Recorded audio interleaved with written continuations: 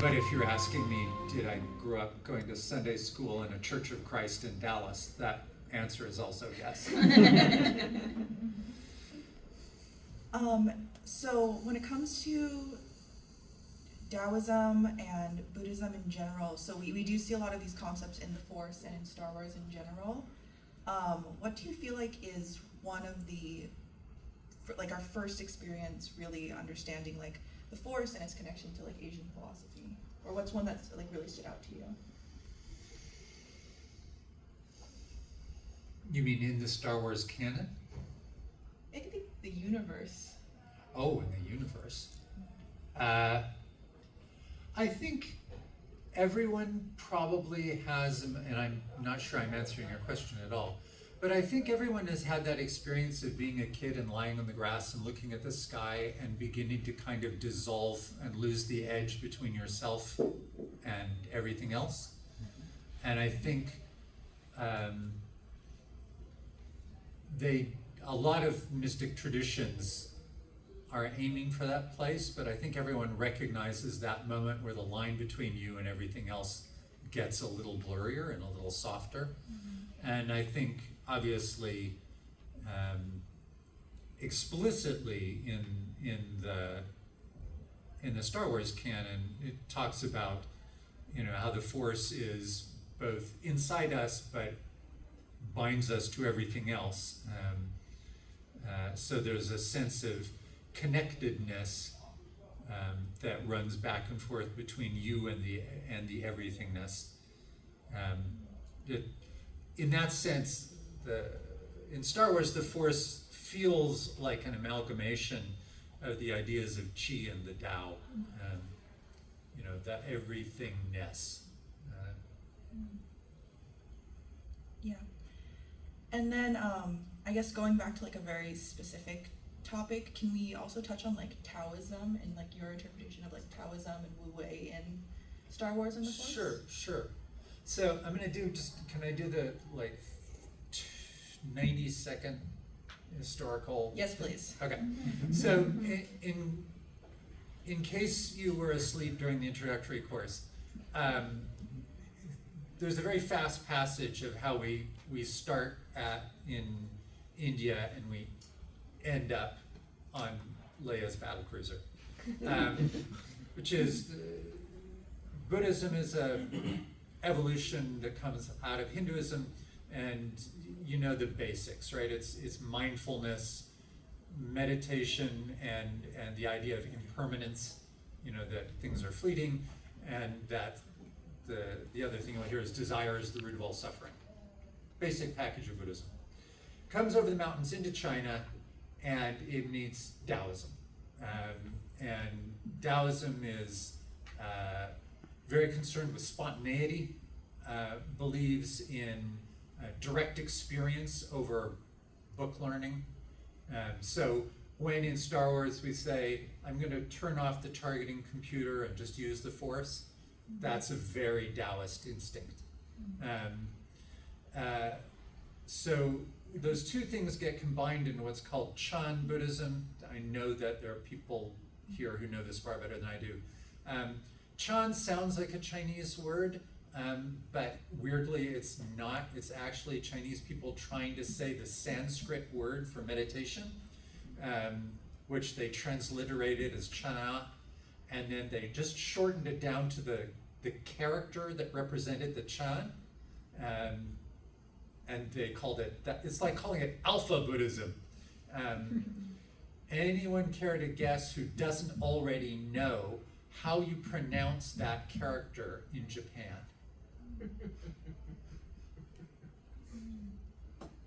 Okay, someone who knows? Cow. Good guess.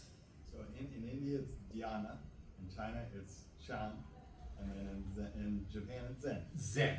Zen. So that's how we start with the Buddha, and we end up at Zen, and then George comes in and makes this fun syncretic mishmash of those traditions, some of which are very fit together quite well, and some of which are like not really the same thing, which is what makes it fun. for the rest of us. So the idea of the Tao is sort of everything everywhere all at once.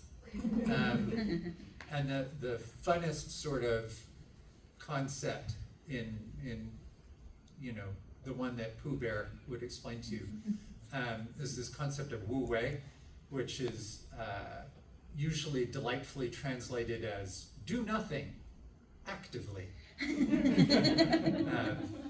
So when we meet Yoda for the first time, he's on Dagobah, and the land speeder is in the middle of the swamp, and he says to Luke, you know, just raise it up out of the swamp.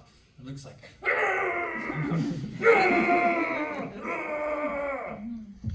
and Yoda's like, no man, if you're doing something, you're doing it wrong.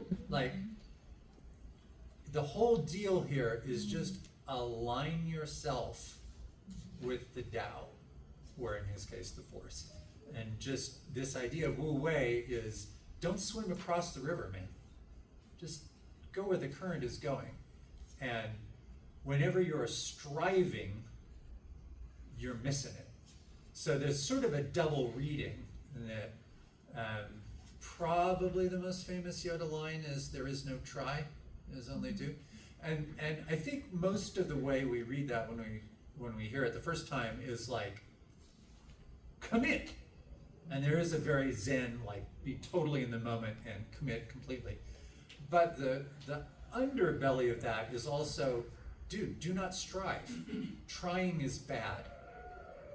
Just be where the doing is. Like there's a famous Taoist line that goes, the sage does nothing and nothing is left undone. So I think that sense that the Force is the sense that the Tao is it's usually translated the way, kind of. Align yourself with that and try not to cut against that. And there's this interesting moment, I think, and I'm pretty sure I can name a couple of people who will speak better to this than I do, but there feels like there's an overlap between the idea of non-attachment and trying to escape from desire, and from the Buddhist, and from the Tao, like, don't strive.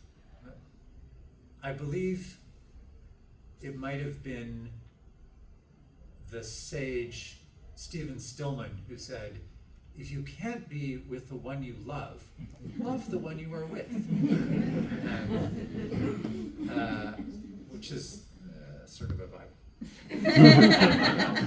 And I think we see a lot of suffering and wanting and yearning in Star Wars, and in the characters and the character relationships with one another.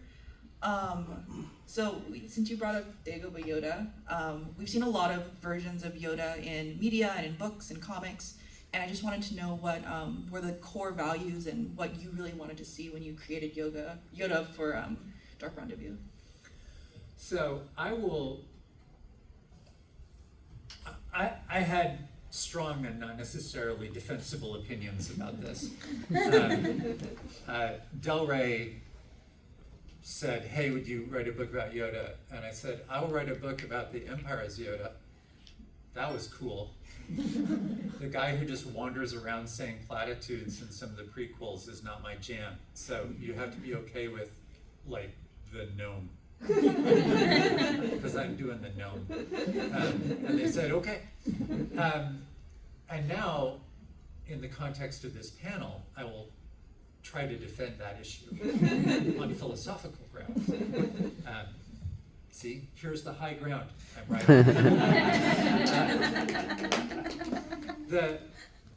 The Taoist sage is an archetype. The grumpy guy who lives in the woods and dispenses wisdom, usually one-on-one to a student, if he can be bothered, is an archetype of this teaching. Because the connection with nature is very important, spontaneity is very important, and the tremendous emphasis on direct experience. like all those parables, the paradoxes in Taoism that turn up as Zen koans. Part of the thing is, if you're thinking, you're doing it wrong. Like, you need to feel it and live it. And in a funny way, someone who might, I don't know if he's here or not, made a super interesting point talking to me at the signing earlier. I would make the argument that Yoda in Dagobah is in the right place. That's where a Taoist sage is. He's in nature, he is isolated, he is one with the moment. Yoda in a school dispensing wisdom in half-hour chunks in a quarterly session with lunch breaks is not the thing. I'm gonna try so hard not to look at you, and it's gonna be so hard. So, there's a famous story about Chuang-Tzu, the Taoist sage.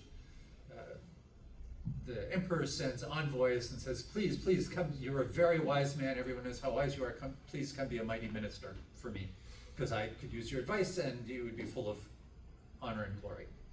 And Chuang-Tzu said, in the imperial palace, there is a dead tortoise who has been revered for 3,000 years and is wrapped in silks and sacraments and receives devotions every day. Would he rather be venerated and dead or alive and dragging his tail in the mud? And the envoy says, well, I guess alive and dragging his tail in the mud. And Chuang-Tzu says, go away. I too will drag my tail in the mud. And I think we recognize Yoda as real Yoda when he is dragging his tail in the mud. And it's weird for him to be on campus. And the guy who came to me earlier said, it's funny, you know, when I read your book, I see the puppet and not the digital Yoda. And I was like, oh, I like that. Yoda should be analog. It's direct and physical experience. Did I answer the question? Yeah. Or did we just have a fun story? No, I wanted to hear where Yoda came from in the brain. And then also, I guess another point to touch on to that is, what do you feel like Yoda's Asian philosophical beliefs, or where do you think maybe some of his relationship with the Force was inspired by? I do think that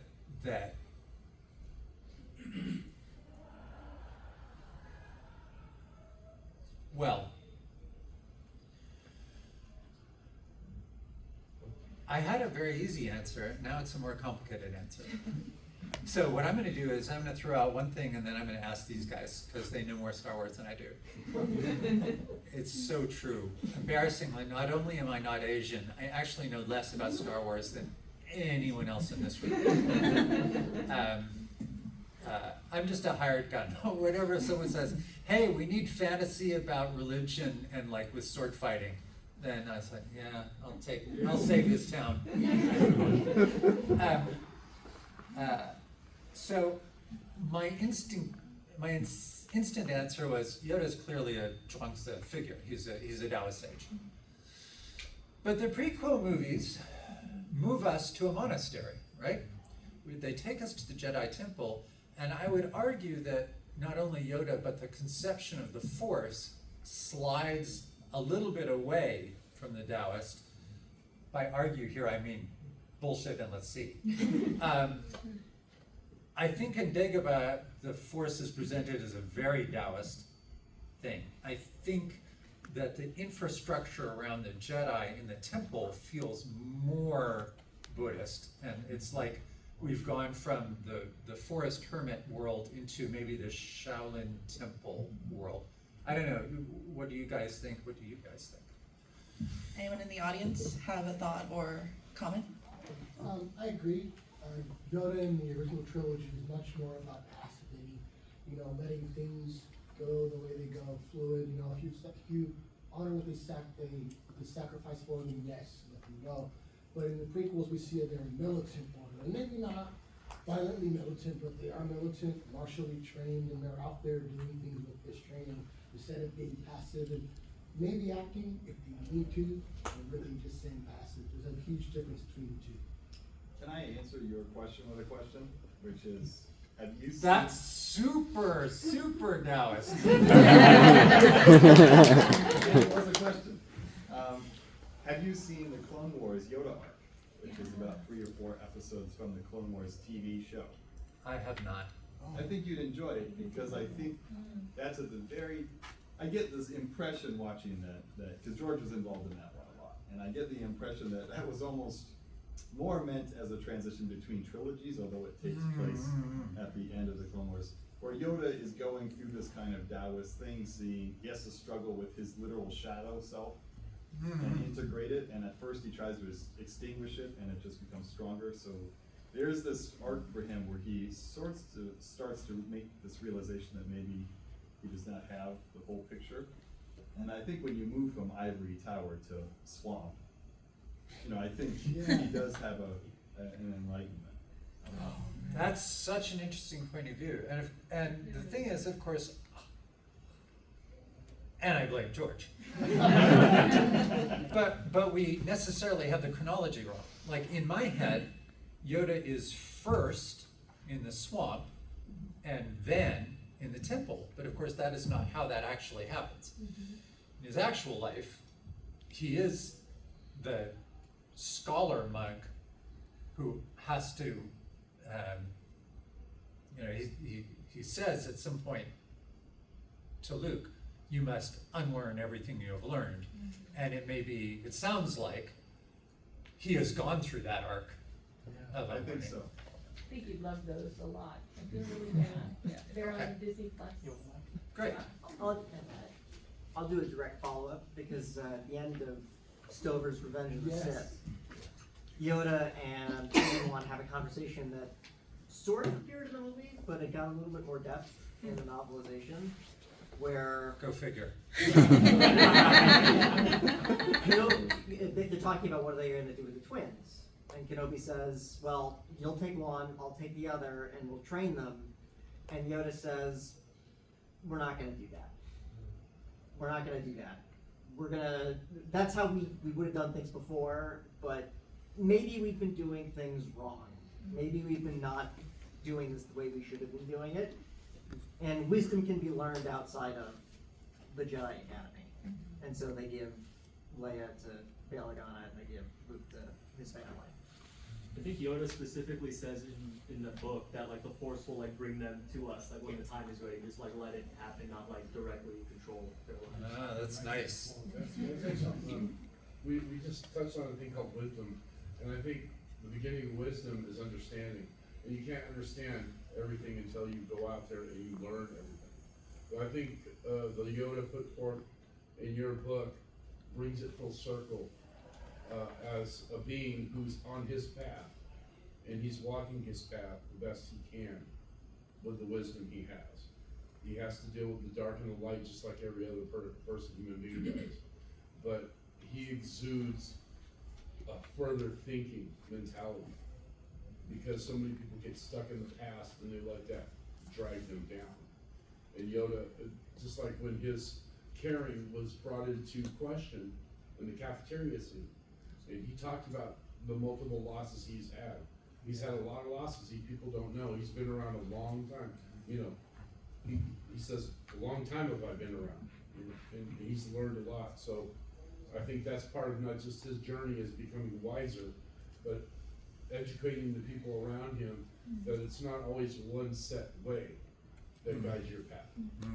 And that, to me, that's true wisdom, is always constantly learning and understanding. What's your opinion about Yoda's whole, hey man, just don't worry about it advice to Anakin in episode 3?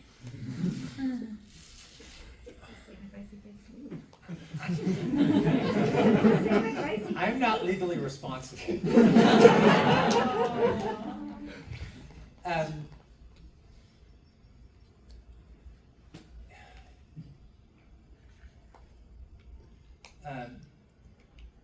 Another notable figure in the Star Wars canon obviously is Gandalf the Grey, who at one point says, "I beg your pardon, I was talking to myself. It's a habit of the old. We want to speak to the wisest person in the room." And there is, like, there's a thing that happens when old people are meeting young people, where the old person goes through this little loop in their head saying, "I could say something that is true, but you will not hear it. So maybe I should keep my mouth shut." And it may be that part of the, you know, whatever will be vibe comes from that kind of a place, because you can't walk that path for them. I had to, this is not at all a story I thought I would be telling. So I'm talking to my mom a couple of days after my wedding. This is pretty good. You're gonna know way more than most people do about my mother. And I teased her a little bit, because she is not normally an expressive person, but she had a little, you know, when we were getting married, she had a little tear. And I very gently mentioned it. And she said, "Oh, older people don't cry at weddings because they're sentimental. They cry because they know how hard it's going to be." Ladies and gentlemen, my mom. But not wrong. You know, I have a question. I just rewatched Attack of the Clones the other day, and Yoda is in complete denial in that at the end of that film that Dooku, at first he refuses to acknowledge that Dooku could be behind trying to kill Padme, but then by the end, well, Dooku's bad now, so we really can't believe anything he had to say about Palpatine. Do you think there's something in Yoda's thinking? I mean, we see in episode 3, he's trying to explain to Obi-Wan, well, you can go after Anakin, don't worry about it, because Anakin's dead. It's just Darth Vader now. Do you think there's, in Yoda's thinking, almost a reliance on that ability to split into Jedi are good, and then there's evil?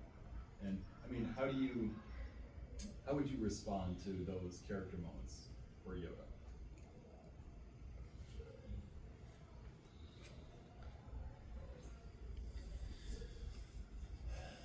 So, I have several levels of response. In my house, we constantly play something called the Star Trek game. And the Star Trek game is, yes, this makes no sense, but if it were to make sense, how would you explain it? So,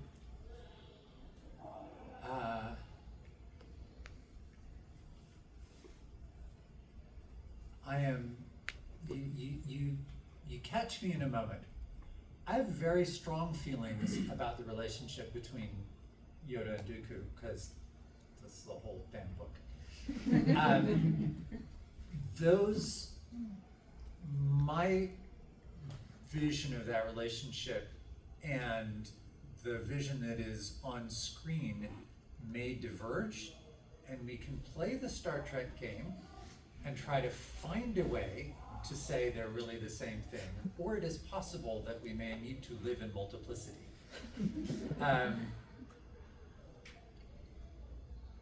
I would say that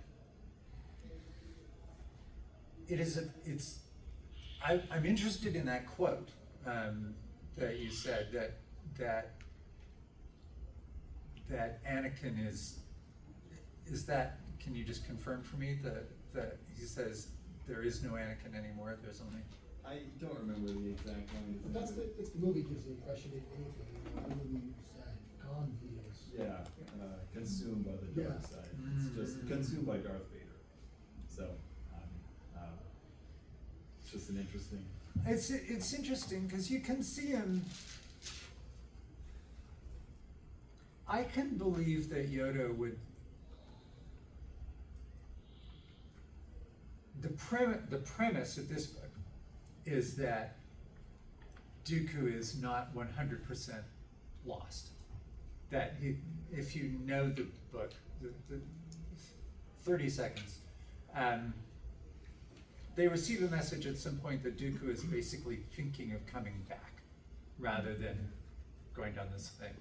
And someone says to Yoda, oh, it's gotta be a trap. And Yoda says, oh, sure, he thinks he's lying.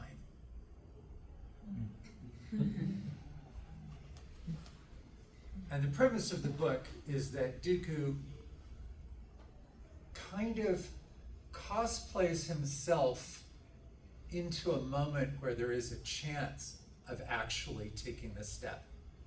Because, I mean, you can see where it's going, right? Like, if you went into work and you weren't making your quarterly projections and your boss was Darth Sidious, you can figure out where that's going, right? It's in the manual for the Sith, right? You will try to destroy your master, and one of you will come out of there alive. Like it's literally according to HR. So he has a pretty shrewd idea that he's got Ventress underneath him and Sidious on top of them, and not all of those people are coming out of this room alive.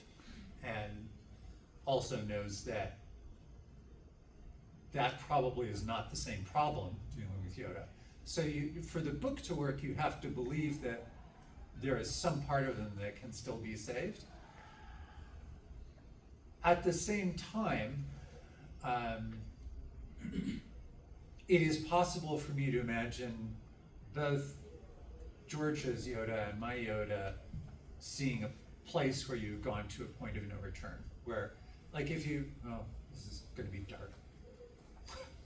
I had no idea you're gonna know me so well. So my adoptive father was an alcoholic, and in the last 5 years of his life, you could talk to him, but you weren't actually talking to him, you were talking to the alcoholism. So like, he could make small talk for a while, but then we'd need to go to the bar. And the mask would come off. And I can imagine for Yoda saying, there's a point at which Dooku could come back, and then there's a point beyond which it's just the alcohol, it's just the dark side, it's just the whatever. So I can imagine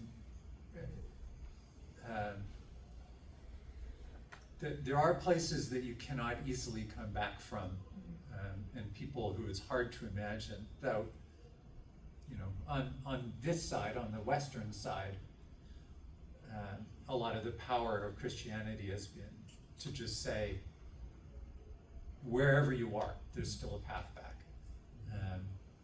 You know, just a brief follow-up, you know, Return of the Jedi and Yoda. Obi-Wan seems set on, you know, Luke, he's saying to Luke, you're gonna have to kill Darth Vader. But Yoda doesn't say that, at least not in those words. Do you think that Yoda, just in your opinion, since you wrote him, do you think Yoda had that idea that, well, maybe Luke will find another way? Or is Yoda saying, this is one that went too far, you're just gonna have to take him down, and Luke goes independent? I mean, do you see Yoda as My reading of these characters, did I mention that you guys know more about Star Wars? I absolutely believe Obi-Wan thinking that's gotta happen. And I tend to think Yoda, like, the way that can be named is not the way, right? Like, is the nature of the Tao, don't bet.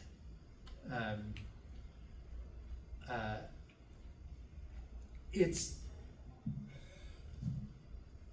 eerily, apparently, besides my strange family history, we're going to talk a lot about Tolkien. There's a moment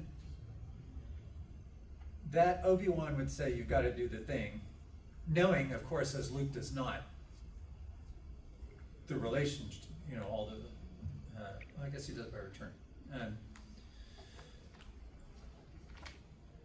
The sense that there is a strange path and things are intertwined, but it's difficult to know how they will turn out. More things I was not going to say on this panel. Doesn't that seem to almost precisely echo the moment at the end of Lord of the Rings in which Gandalf says, it turns out that this entire thing was about the moment that Bilbo didn't kill Gollum. And who could have imagined all the ways that that was going to come in and out until the moment when it's Gollum left alive is the instrument by which the ring is destroyed. And it seems to me very possible to imagine Yoda not seeing that, but rather knowing, like Gandalf, that the Tao is large and unknowable.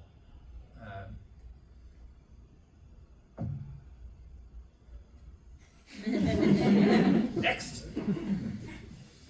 Oh, sorry, we have one more question. So I know that the prequels aren't really your cup of tea per se, but do you think there's any parallel between the Jade Emperor and his like position in the Palace of Heaven, and his position and Yoda's position in the Jedi Temple, like commanding all of these other Jedi to go about on like behalf of the Force as like behalf of heaven? That's super interesting. Yeah. Can you talk to the class, including me, a little more about the Jade Emperor? Oh no. So the Jade Emperor is the ruler of heaven in, so I know based on Journey to the West, so that is my point of reference. Yeah. So he's the heaven of emperor, he's the emperor of heaven. He's not particularly useful in the series as opposed to Buddha. Buddha is like the main god who's kind of like, I control everything and it's fine. That doesn't happen in Star Wars so much. There's no one person who's like, I control everything as much as they want to. But the Jade Emperor is kind of this figurehead who can tell people where to go, what to do. He makes the rules. And it feels like Yoda is very much that person in the temple, where he's like, okay, I'm the oldest person here, so you're gonna listen to me, and I'm gonna send you out on these missions according to my will or the Force. And I just wanted to know if you guys thought there was any other parallels with that. There's a problem with that because Yoda is not the head of the order. Right. Mace Windu has a lot to say about what the Jedi. I think in episode That's 3, kind of where. Windu was master of the order, right? And then when the war Yeah, he started, steps Yoda was down. like, I'll take both titles, Grand Master and Master of the Order, right?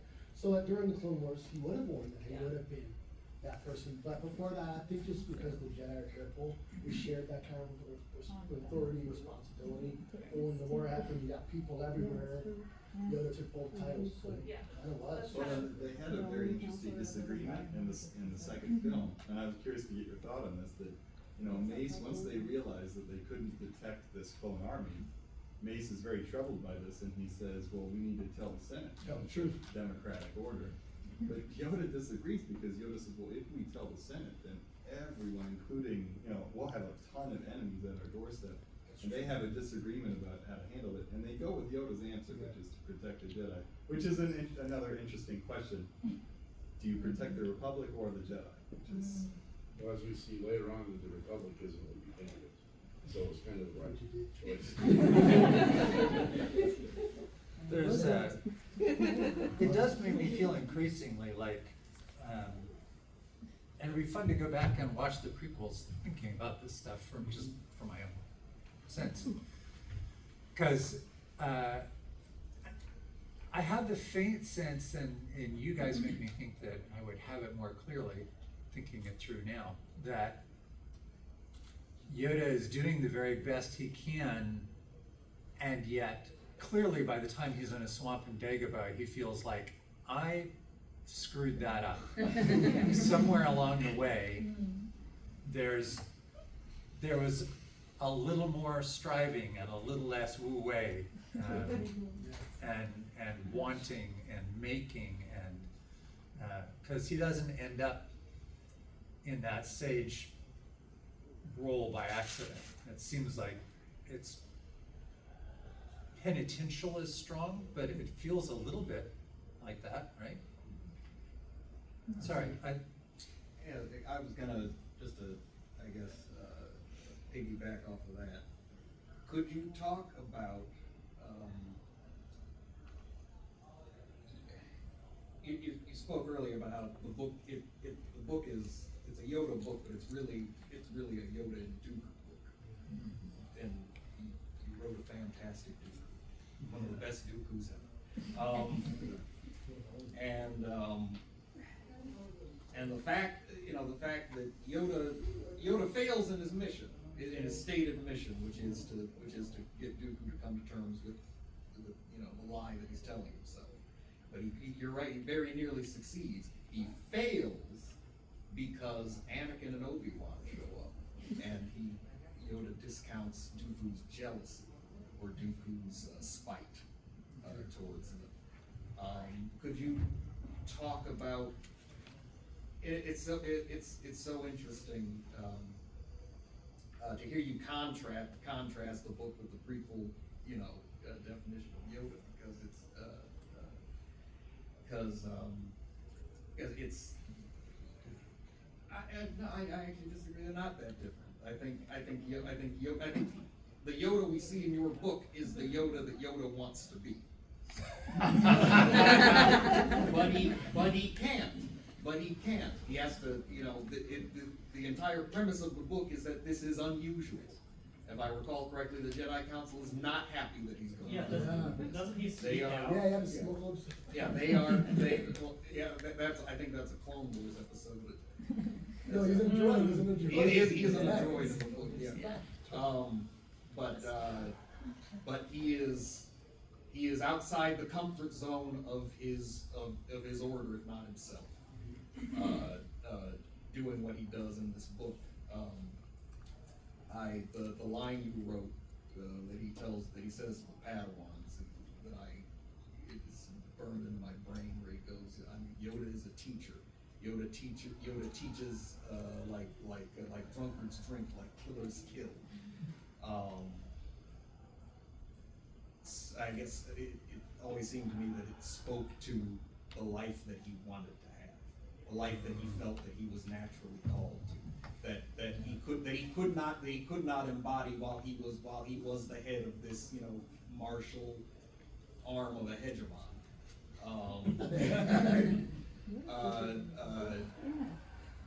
So could you speak to his failures?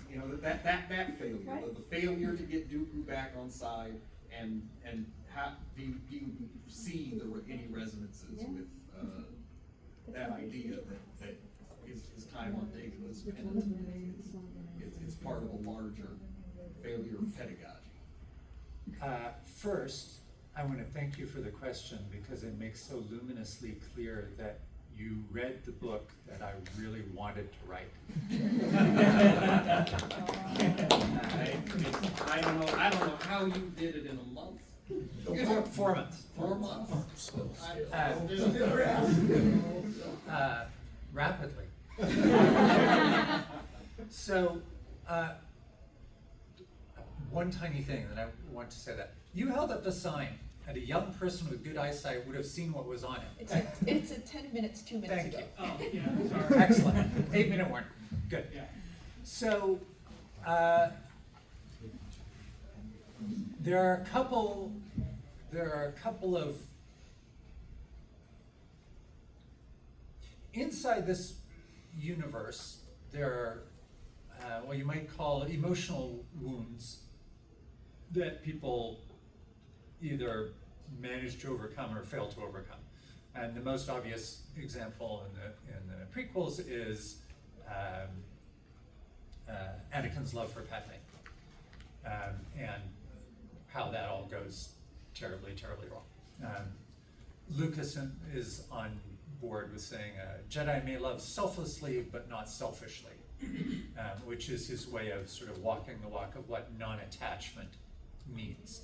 Like, you can be compassionately there, but it's the holding that kills you. The wanting to just make it be the way you want it to be. So it's not represented on film, but for me, the idea is that another one of those wounds that is at the heart of what's happening in this era is there's a one of the things I did not know, because did I mention I don't know as much as, yeah, anyway. One of the things I didn't know before I came to write the book is this thing that Jedi take 2-year-olds from their homes and take them to the temple. Anyone here a parent? Not many? I've had a 2-year-old. I try to imagine giving her away. And Dooku has a line somewhere in the book that goes, every Jedi was a child whose parents decided they could live without. And that is the wound for him in some senses, is he is taken away from his family and given this other family because there's where he will excel. There's where he will find his true self. And so he excels. Excelling is what he does. He's very good at all the things. That amazingly, and I'm going to go back to the divorced alcoholic father, does not make up for the fact that you are not at home. So it is very clearly layered in that his relationship, I think, in the book, that there is an element of a paternal relationship between him and Yoda. That Yoda is a father figure for him, but also not a father figure the way your father is, right? Is a teacher, and that. But Yoda reinforces this sort of energy many times. Like his repeated refrain is, you know, when you fall, catch you I will. He basically has a version of Robert Frost's home is that place where you show up at the door, they have to let you in. He's saying, there will always be a place for you. This is home for you. You're always welcome here. And that speaks quite powerfully to this wound that Dooku carries. And it's when we get to the final confrontation, we're at that moment where Dooku realizes he's been cosplaying coming over the light side, but maybe. And just to throw in the extra Asian philosophy thing, the yin and yang, as he's thinking of coming over the light side, Yoda says, so by the way, pitch me, sell me on the dark side. And they have a conversation about that in which Dooku understands that he has not for a moment considered that Yoda would actually go to the dark side, and Yoda's saying, oh no, I could go. and Dooku takes a long look at that and says, hell no.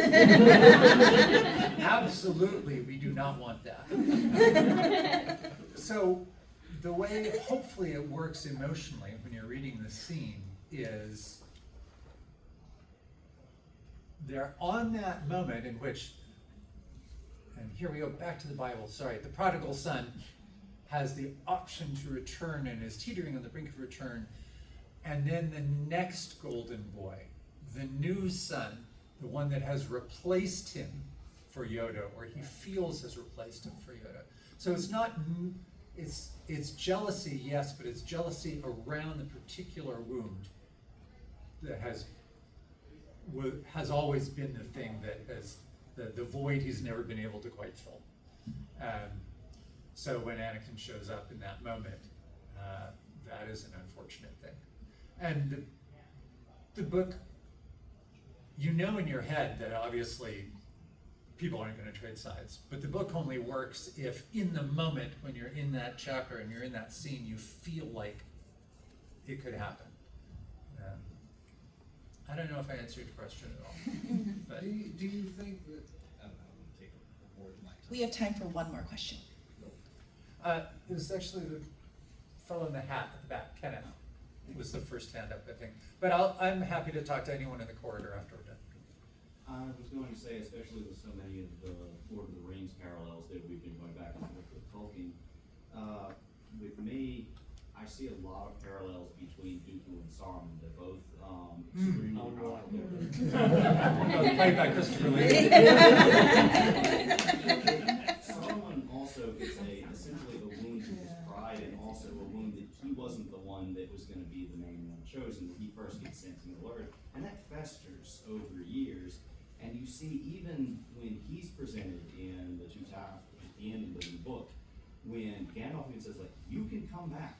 And he says, you know, and we're going to take your staff and everything, because you're not going to have that for a while, but he, like, there's a genuine chance where Saruman considers it. Yeah. But it's when he sees, he thinks of the betrayal, the wound, the envy, all that's soured for so long. And I think when Anakin and Obi-Wan come in, it's not just the idea that here's the new golden boy, and I don't know if you intended this, but it's the idea that they weren't supposed to be there, and that this is Yoda betraying Dooku's trust. He, at least that's how Dooku sees it. Yeah, It says for instantly, a light goes out in him, and that pride, that anger, and suddenly it's really easy for him to throw that woman out the window, to do these things.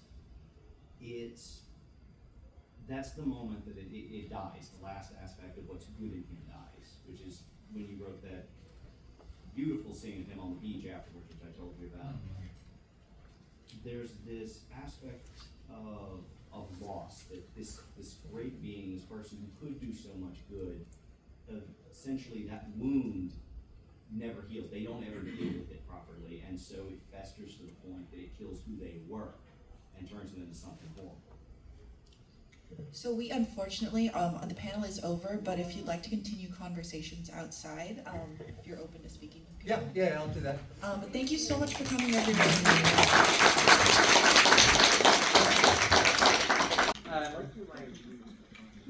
In the Catholic tradition, pride and despair are the cardinal sins, and we are given to understand that the hope is the antidote to is the antonym to despair. And I think in the Eastern philosophy, sometimes it's closer to hope is the trap that despair sets. And I think those two worldviews are really quite different and clash, interestingly, in a movie made by someone from the West, importing a lot of this. Like A New Hope. I'm not sure a Buddhist would have used that.